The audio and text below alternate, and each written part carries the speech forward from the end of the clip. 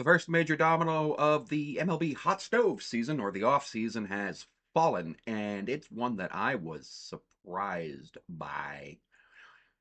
Because it's Josh Naylor re-signing with the Mariners on a 5-year deal per Jeff Passan of ESPN. He was a Naylor in 2024 was a member of the Guardians and was an All-Star selection for them. Per CBS Sports, for his career, he owns an OPS plus of 116 with a WAR of 8.4 over parts of 7 MLB seasons. Um, Josh Naylor came to the Mariners after trade from Arizona to play first base for the Mariners. We gave up um, Tyler Locklear in one of those two trades that we had with Arizona this year. So it was very, very important for the Mariners to find a way to keep Josh Naylor because he was very important to the postseason run, along with Jorge Polanco and Julio Rodriguez and Cal Raleigh. He played for the Diamondbacks for a little bit, but then he moved over to the Mariners, and he absolutely worked out very well for the Mariners. The Athletics' Ken Rosenthal and WHDH's Ari Alexander reports that the contract is in the range of 90 to 100 million, which makes sense because he was projected 4 for 84. This is probably going to be a 5 for 95, if my guess. Um, This is apparently the longest free agent deal that Jerry Dipoto has given out in Mariners. When the other one was Robbie Ray to 115 million in the 2021-22 offseason. Now the Mariners are spending money. That's pretty exciting. Julio Rodriguez is signed.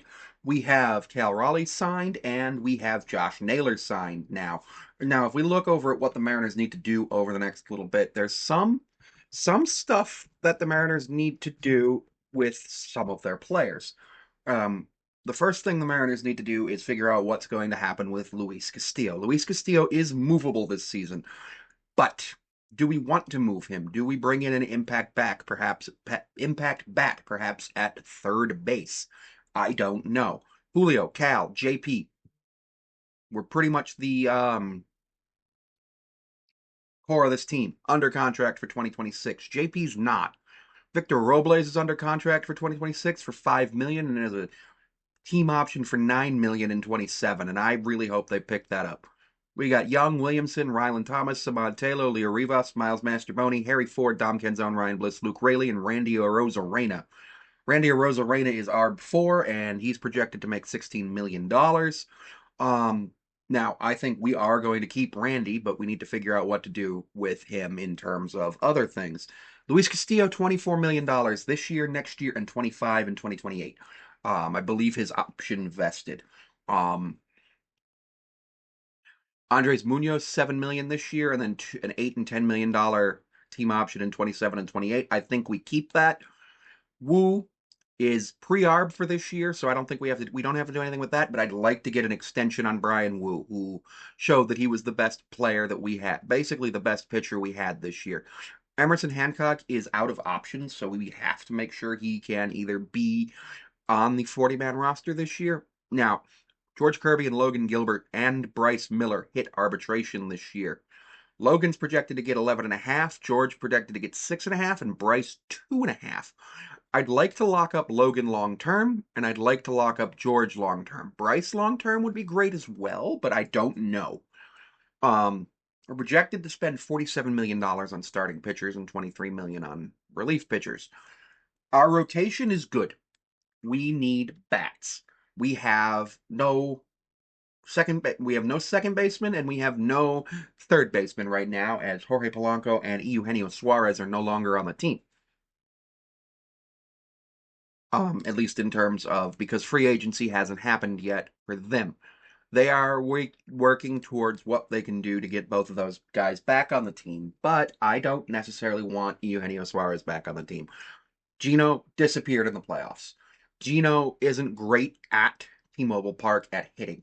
Gino is a guy who you bring for the vibes, and unfortunately, the vibes are not going to win us playoff games. What we need is a guy who is going to be able to just go ahead and take care of the third base. I actually am all for Ben Williamson being our long-term solution at third base, or at least next year's solution at third base. I want to bring back Jorge Polanco. The issue is I don't know if Jorge Polanco wants to come back.